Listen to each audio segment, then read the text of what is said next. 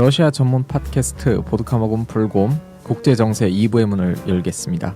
2부에서는 말씀드렸다시피 러시아와 서방 세계와의 갈등, 가장 최근 이슈들을 한번 짚어보는 시간을 가져보겠습니다.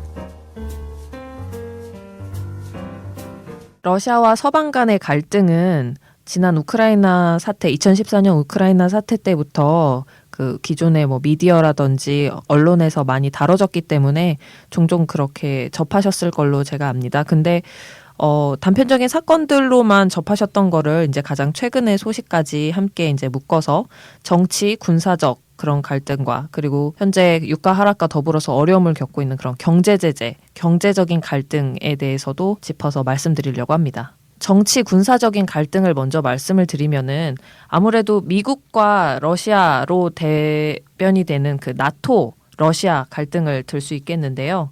사실 유럽과 미국이 러시아에 대해서 그 우크라이나 사태에 대한 징벌적 제재를 가하고 있는 것이 경제 제재라면은 나토로 대변이 되는 그 갈등은 미국이 사실 주도를 하고 있거든요. 나토의 운영기금의 사실 75% 정도를 미국이 지금 지불을 하고 있기 때문에 사실상 미국과 러시아의 갈등, 냉전 이후에 최대 이제 그 양극 간 갈등이라고 볼 수가 있겠는데요. 지난달이죠. 지난달 20일 날 그 나토의 옌스 슈톨텐베르크 사무총장이 이제 그 러시아에 대해서 우크라이나 사태에 대해서 공식적인 입장이 변하지 않으니까 아무래도 좀 더 강경한 자세 그리고 좀 더 강경한 압력을 행사함과 동시에 대화 채널을 함께 진행을 하는 그런 이중 트랙 접근 방식으로 러시아를 앞으로 대응을 하겠다라고 발표를 했었거든요. 이러한 것으로 봤을 때 지금 나토에서 흔히 저희가 발트 3국이라고 말하는 에스토니아, 라트비아, 리투아니아, 그다음에 동유럽 3국, 폴란드, 불가리아, 루마니아 여기에다 이제 나토 군을 배치를 하기로 했거든요. 그래서 거의 병력이 6천에 가까울 정도인데 사실 이 군대들을 이제 돌아가면서 상시적으로 항상 상주하게끔 그렇게 하겠다는 거는 러시아의 정말 코앞에서 그 군사적인 압력을 가하겠다는 나토의 강한 의지를 보이고 있는 거거든요. 그리고 그 육군뿐만이 아니라 발트의 그런 해군 전력에 대해서도 지금 군사 훈련을 계속 강화하고 있고 그다음에 그 루마니아에도 지금 MD 기지를 건설을 했고 그다음에 폴란드에도 지금 2018년까지 MD 기지를 건설을 하겠다라고 발표를 했어요. 그러니까 나토에서도 우크라이나 사태에 대한 입장이 러시아의 입장이 변하지 않을 경우 우리는 거기에 대해서 더 이상의 합의는 없다라고 아주 강하게 표명을 한 것이죠.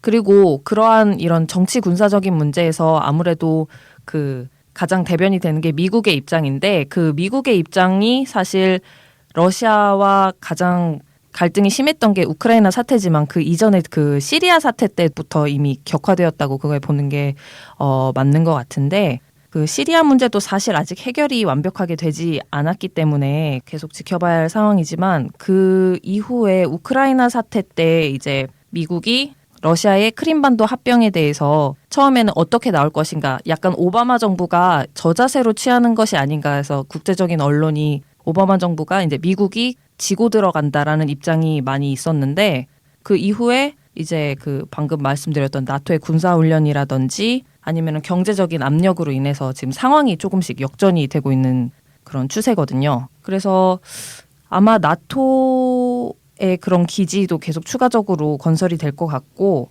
정치적인 압력으로 봐서도 미국이 더 이상 유럽이랑 그 말레이시아 항공 그 격추 사건 이후에도 정치적인 입장도 굉장히 강경한 것으로 보아서 러시아 쪽에 양보할 기미는 아직 없는 것으로 저희가 파악이 되고 있습니다. 러시아와 우크라이나 특집도 한번 했었잖아요. 그다음에 러시아, 터키와의 관계도 한번 다뤘었고 궁금하신 분들은 한번 그걸 다시 들어보실 수 있을 것 같은데 재밌는 상황이 우크라이나랑 터키랑 급속도로 가까워지고 있다는 거죠. 그래서 얼마 전에는 전략적 동반자 관계를 선언을 했고 FTA 체결 계획도 발표를 했고 그 밖에는 원자력, 에너지, 우주항공, 교육 분야, 군사 분야에서 협력을 하면서 러시아를 겨냥한 제스처들을 많이 취하고 있는 것 같은데 원래 그렇잖아요. 적의 적은 그렇죠. 저희 항상 하는 말이 친구다. 근데 분명히 터키와 우크라이나도 유럽과 미국의 비호 아래 그런 공고히 아주 대놓고 파트너십을 체결을 할 수 있는 그런 자리가 마련이 되지 않았을까 하는 생각이 들어요. 미국이라는 그런 큰 세력 하에 방금 말씀하신 것처럼 우크라이나, 터키가 급속도로 가까워지고 있는데 그러면 러시아는 혼자 가기 좀 약간 외롭잖아요. 러시아가 손을 잡을 만한 그런 파트너 국가들은 어디가 좀 있을까요? 아무래도 적의 적까지는 아니지만 지금 가장 미국을 견제하는 세력이 중국이잖아요. 그래서 중국을 러시아는 많이 염두에 두고서 지금 협력을 강화를 하려고 하고 있어요. 왜냐하면은 지금 유럽 쪽에는 길이 사실상 다 막힌 상황이거든요. 그래서 MD도 그렇고 그다음에 나토도 그렇고 유럽이 거의 대부분 그런 회원국들이기 때문에 눈을 동쪽으로 돌려서 찾아보니까 가장 믿을 만한 파트너가 중국이다라고 생각을 하는데 사실 근데 이것도 좀 어폐가 있는 게 이것도 말해도 되나? 러시아 사람들은 중국에 대한 불신이 항상 그 기저에 깔려 있어요. 러시아 경제 상황이 악화되면서 공기업들 이제 민영화 발표가 많이 나왔잖아요.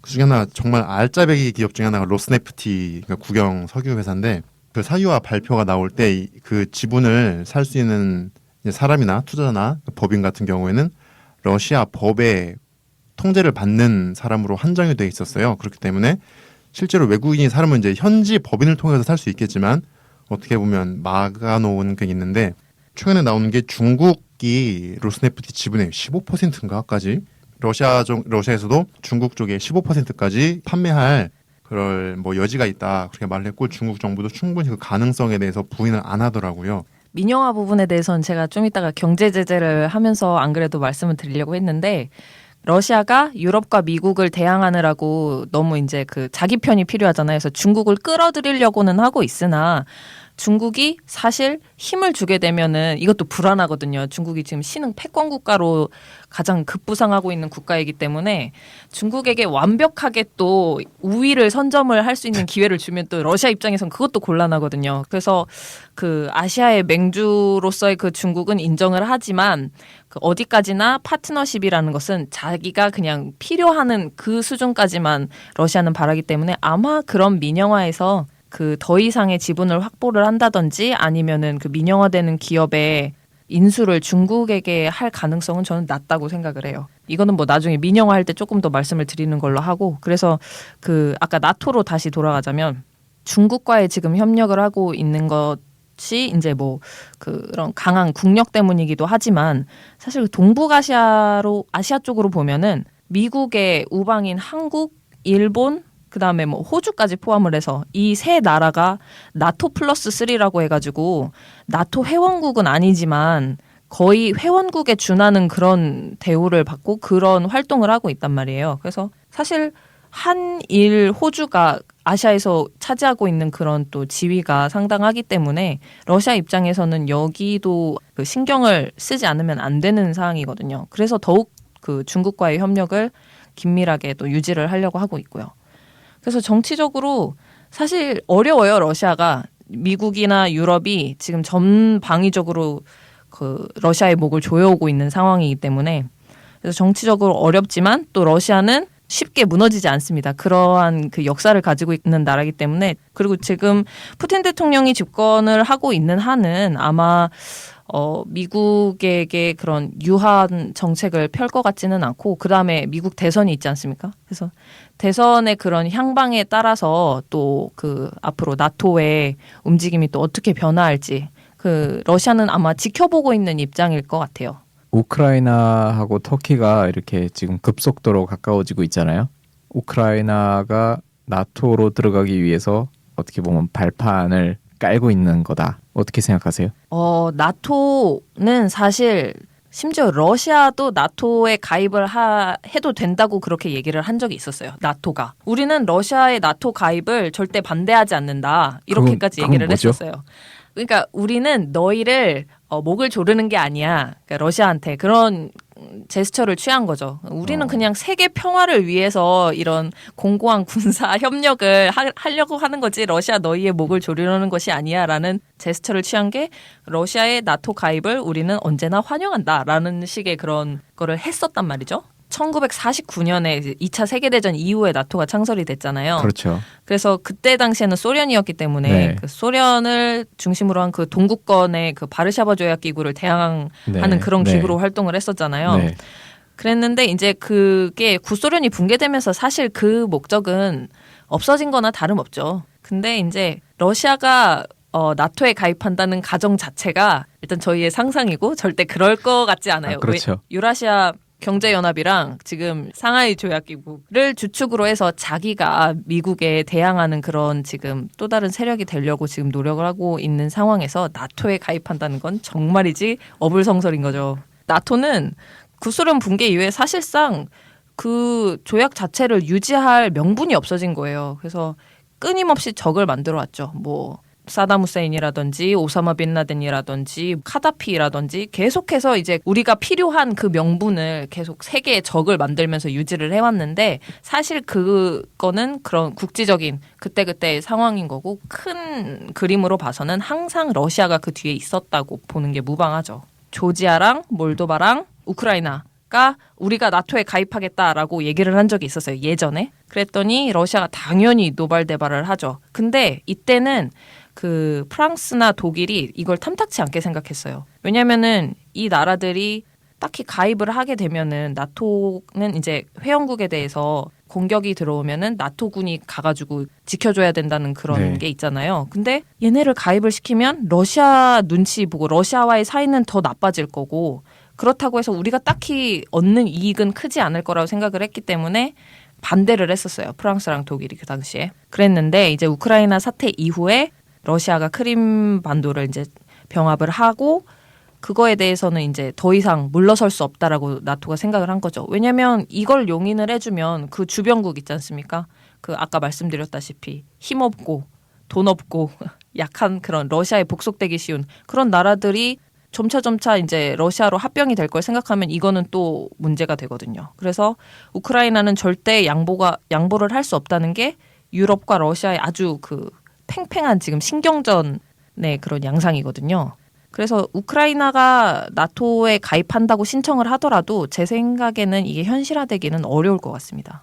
4월이었나 5월이었나 그 남오세티아 있잖아요. 예전에 전쟁 있었던 거기서 주민투표했다고 하더라고요. 러시아 합병 결과는 저도 아직 못 봤는데 근데 그 조지아잖아요. 남오세티아 그쪽이. 조지아 측에서 미국과 유럽을 등에 업고서 러시아한테 막 까불다가 엄청나게 얻어맞았죠. 5일 동안 그 짧은 시간 안에 정말 쑥대밭이 됐는데 베이징 올림픽 할 때. 네, 그렇죠. 근데 지금 우크라이나 사태만으로도 러시아는 너무 골치가 아파요. 그리고 더 이상의 문제를 일으키기에 지금 경제적인 상황도 너무 안 좋거든요, 러시아가. 그래서 남오세티아에서 주민투표를 해서 뭐 100% 거기서 찬성을 해서 러시아로 우리는 합병하겠다 해도 아마 러시아 측에서 거기에 대해서 적극적인 제스처를 취하기는 지금 힘든 입장입니다. 그리고 거기에는 지정학적인 요소도 있는 게 우크라이나는 굉장히 러시아한테서는 중요한 입장이에요. 왜냐하면 뭐 영토도 넓을 뿐더러 거기에 살고 있는 러시아 사람들도 많고 그다음에 우크라이나의 그런 핵심 기술들이 아직까지도 많이 남아 있어요. 그래서 우크라이나는 거의 마지막 자존심 러시아한테는 절대 뺏기면 안 되는 그런 지역인데 그런 중요성의 그 비교를 하자면 남오세티아 지역은 상대적으로 카프카스 지역은 조금 애매하거든요. 그러니까 뭐 영토가 중요하고 안 중요하고를 떠나서 여기까지 내가 신경을 써서 이거를 꼭 가져와야겠다는 큰 명분이 없는 거죠. 솔직히 뭐 거기 자원이 있기를 합니까? 영토가 크기를 합니까? 뭐 제가 조지아 분들 죄송합니다. 남오세티아 분들 죄송합니다. 보르점 있잖아요. 보르점이. 그렇죠. 근데 거긴 산악지대고 너무 험하고 인구수도 많지 않고 그런 상대적 가치가 조금 우크라이나에 비해서는 중요도가 떨어지기 때문에 어디까지나 러시아 입장에서 봤을 때 네, 그렇습니다. 네. 어디까지나 러시아 입장에서. 네, 그래서 지금 이제 그런 정치적, 군사적 갈등이 이제 나토와 러시아로 대변이 된다면 이제 경제적 갈등은 아무래도 그 EU를 필두로 한 사실 거기도 EU를 필두로 하지만 미국이 가장 큰 힘을 쓰고 있죠. 그래서 미국과 EU가 이제 러시아에 경제 제재를 가하는 그런 경제적 갈등을 또 지금 꼽을 수가 있겠는데요. 2014년 3월에 크림반도가 병합이 됐죠.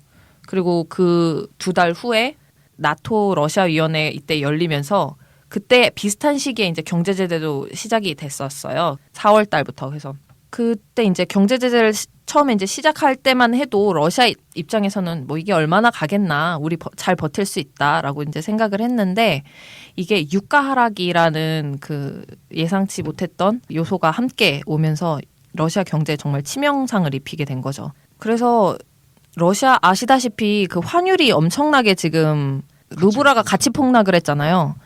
그래서 그런 것 때문에 러시아에서도 지금 여러 가지 뭐 세수 확보를 위해서, 재정 확충을 위해서 여러 가지 방안을 하고 있는데 뭐 민영화도 있고요. 거기에 기업 매각이라든지 뭐 각종 지금 막 정책을 쏟고 있는데 경제 제재가 또 연장이 됐어요. 얼마 전에. 원래 작년 12월에 올해죠. 2016년 7월까지 경제 제재를 하겠다라고 발표를 했었는데 또 얼마 전에 이게 또 6개월이 연장이 됐어요. 그래서 지금 당분간은 러시아의 경제적인 상황이 너무 악화 일변도로 가지 않을까 이런 생각이 들고요.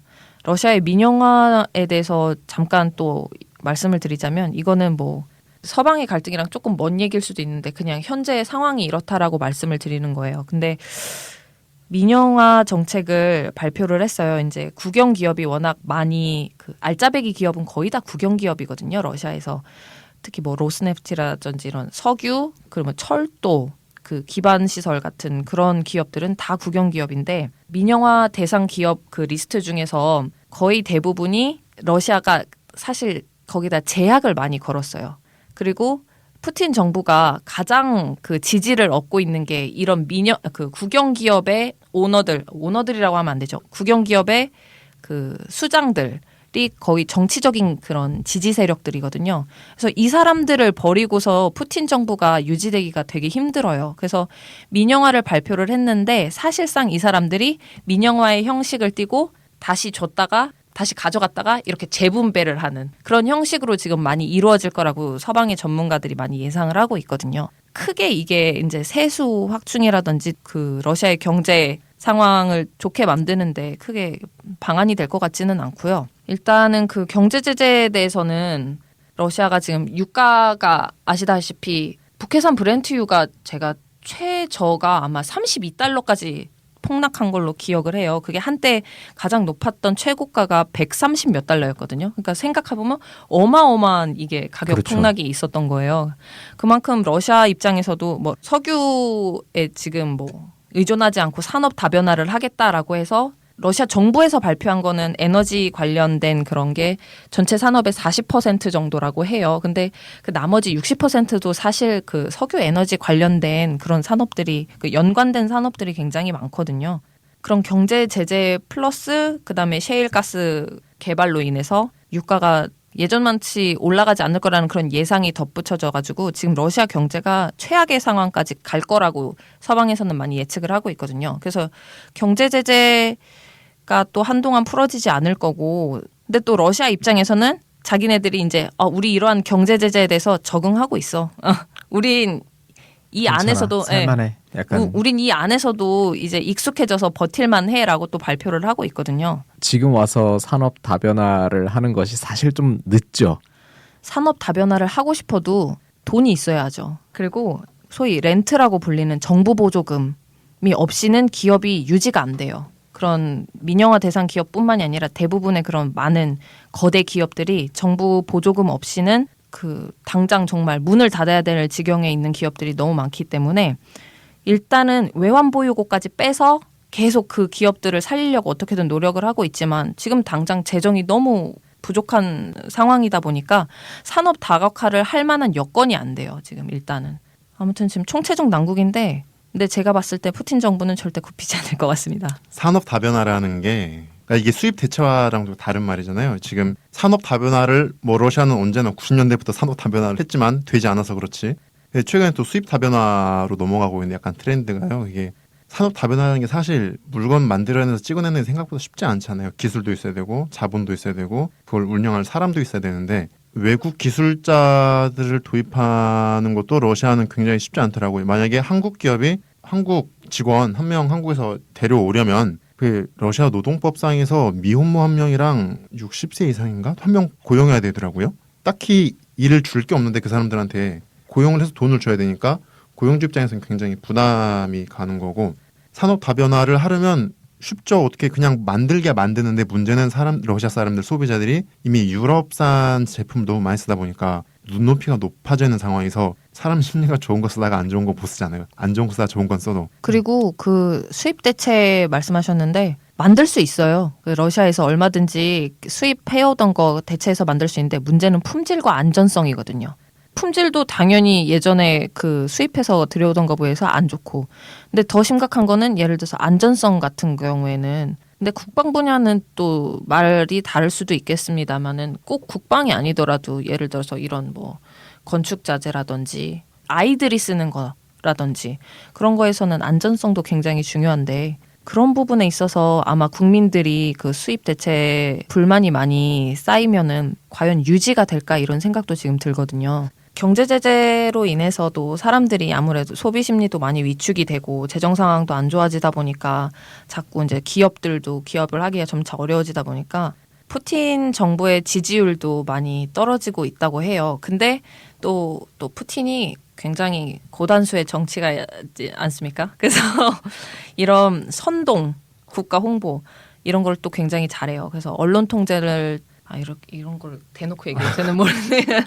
그 언론을 가지고 이제 미디어 플레이를 굉장히 잘한단 말이에요. 그래서 그런 대외적인 압박, 그다음에 경제 제재, 그다음에 군사적인 그런 압력 이런 거를 국민들이 내부로 이렇게 똘똘 뭉치게끔 그렇게 아주 잘 포장을 하더라고요. 그래서 스웨덴 그 FOI라는 그 연구원에서 나온 그 보고서가 있는데 거기에 의하면은 분명히 우크라이나 사태에 대해서는 러시아 측 책임이 분명하고 왜냐면은 그 당시에 우크라이나가 자국의 영토를 보장받는 조건으로 핵을 포기했잖아요. 그래서 그거를 지키는 것은 러시아와 서방의 약속인데도 불구하고 먼저 파기한 거는 러시아 측이면서 지금 러시아는 국내에서 피해자 코스프레를 하고 있다.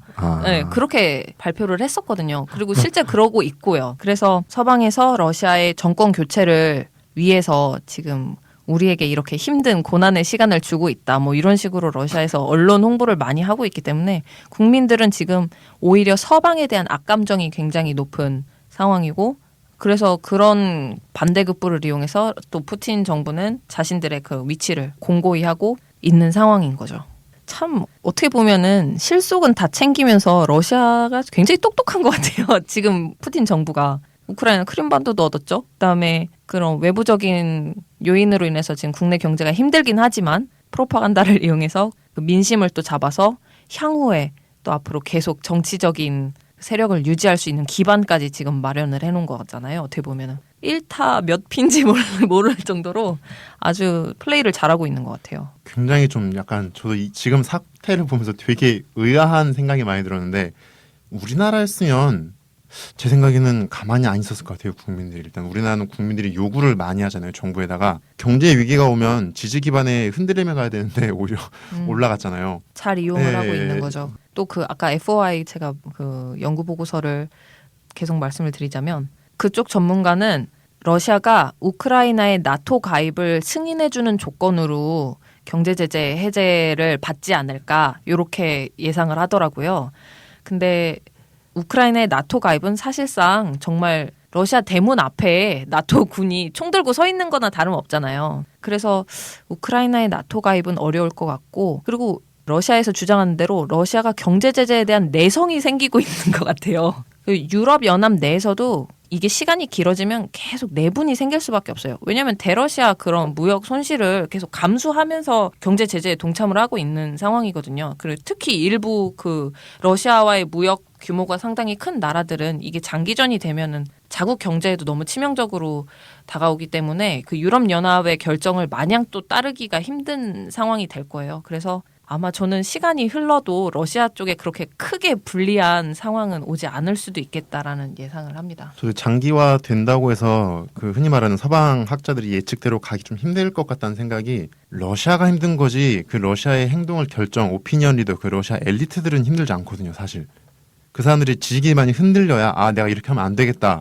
포진을 바꾸든가 행동을 바꿔야겠다 하는 그런 동기가 오는데 굉장히 러시아 국가가 굉장히 보수화된 것 같아요. 이런 측면에선. 앞으로 장기화되는 이 서방과 러시아의 그 장기전으로 봐서도 제 생각에는 유럽이 힘들었으면 힘들었지. 왜냐하면 지금 유럽은 미국과 러시아 사이에서 그 조율을 하느라 굉장히 난처한 입장이거든요.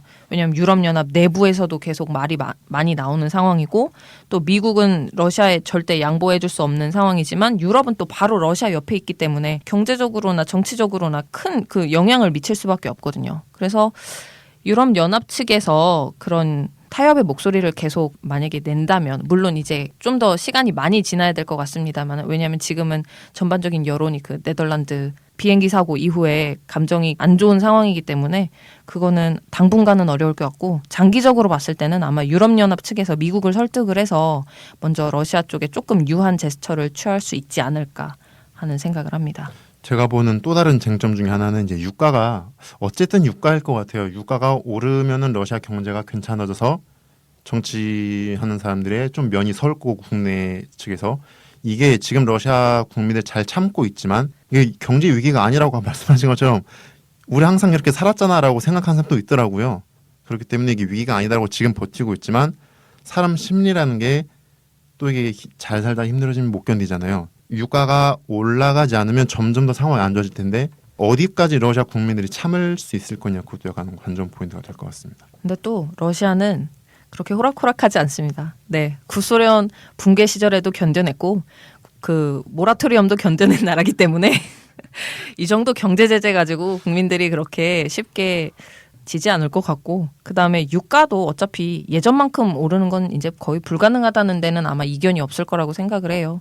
셰일가스 분명히 지금 뭐 $50를 돌파했다 어쩐다 하지만 분명히 $60 선 근처에 가면은 생산 비용에서 조금만 더 올라가도 미국에서는 분명 생산을 시작할 거고 그렇게 되면 또 예전에 그랬던 것처럼 사우디라든지 중동 산유국들이 또 더 같이 생산을 할 거고 그래서 유가가 예전만큼 또 올라가지 않을 거기 때문에 그거에 대해서 아마 러시아가 계속 적응을 해나가지 않을까 그렇게 생각을 합니다.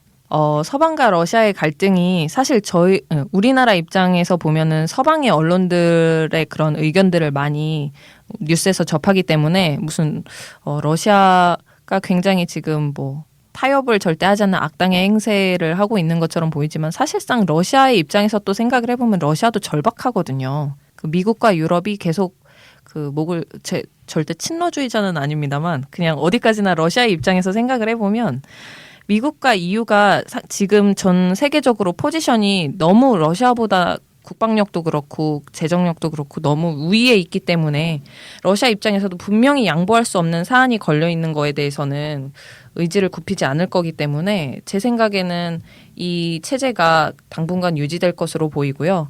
그다음에 서방과 러시아의 이런 그 경제적 혹은 군사적 정치적 갈등이 러시아가 흔히 말해서 굽히고 들어가는 그런 형국이라기보다는 정말 필요한 유럽연합이나 이런 유럽 쪽에서의 중재로 인해서 그 제재나 갈등이 완화되지 않을까 하는 그런 예상을 해봅니다.